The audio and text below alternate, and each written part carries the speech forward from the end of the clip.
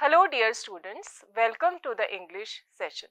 Our topic for the day is voice, active and passive voice. What do we mean by voice?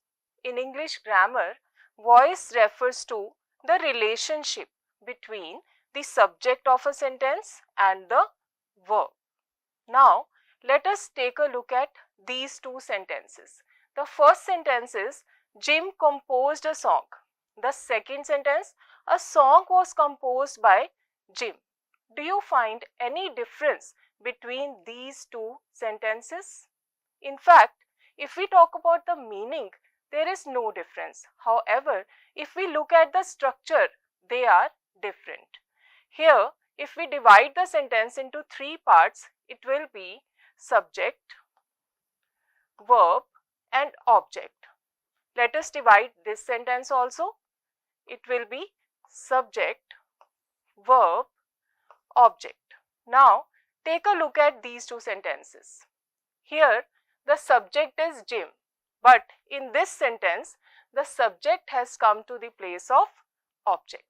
Whereas, the subject of this sentence was the object of the first sentence. Now, the first sentence emphasizes the doer. Who is the doer?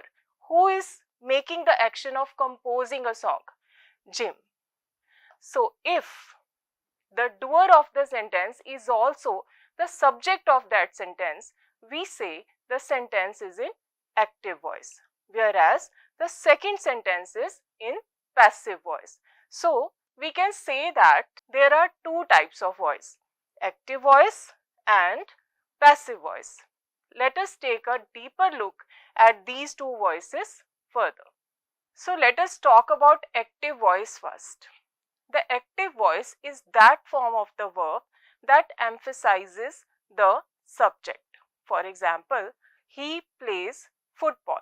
Here, the subject is he, and he is also the doer of the verb, that is play. It focuses on the subject and the action being performed. Now, talking about passive voice, that form of the verb that emphasizes the object, that is the receiver of the action rather than the subject. For example, football is played by him. In this sentence, the subject is football, which is not the doer of the verb play. This form of voice focuses on the object and the action received. Notice how in the active voice the focus is on who is doing the action, while in the passive voice the focus shifts to what is happening to the object. Now that we talked about active voice and passive voice, let us try to understand their uses. To begin with, let us talk about active voice. So, the active voice is used when we are talking about more direct and concise writing. Generally, this voice is used in most of the writing. For example, the chef prepared the meal. It is easier to understand often because it is more clear and engaging. For example, the dog bit the postman.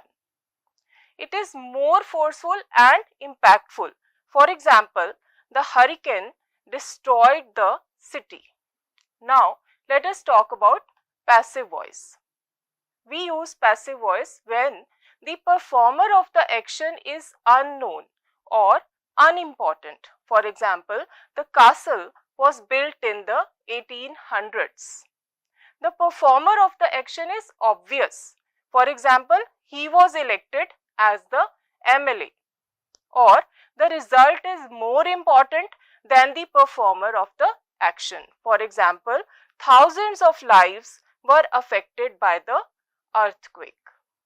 Now, let us take a look at some of the examples. So, the first example is he scolds me. This is in active voice. In passive voice, what we will say? I am scolded by him. Second, what are you doing? So, we will say what is being done by you in passive voice. I have not bought it. It has not been bought by me. He gave me a pen. I was given a pen by him, or we can say a pen was given to me by him. Mason was riding a bike. A bike was being ridden by Mason. Next sentence is, they had wasted their money. Their money had been wasted by them. He will do it. It will be done by him. Now, we move to the end of our session today, and I am going to leave you with a task. The task is that you have to identify the voice in these sentences. Try to do this, and we'll meet in the next session. Take care.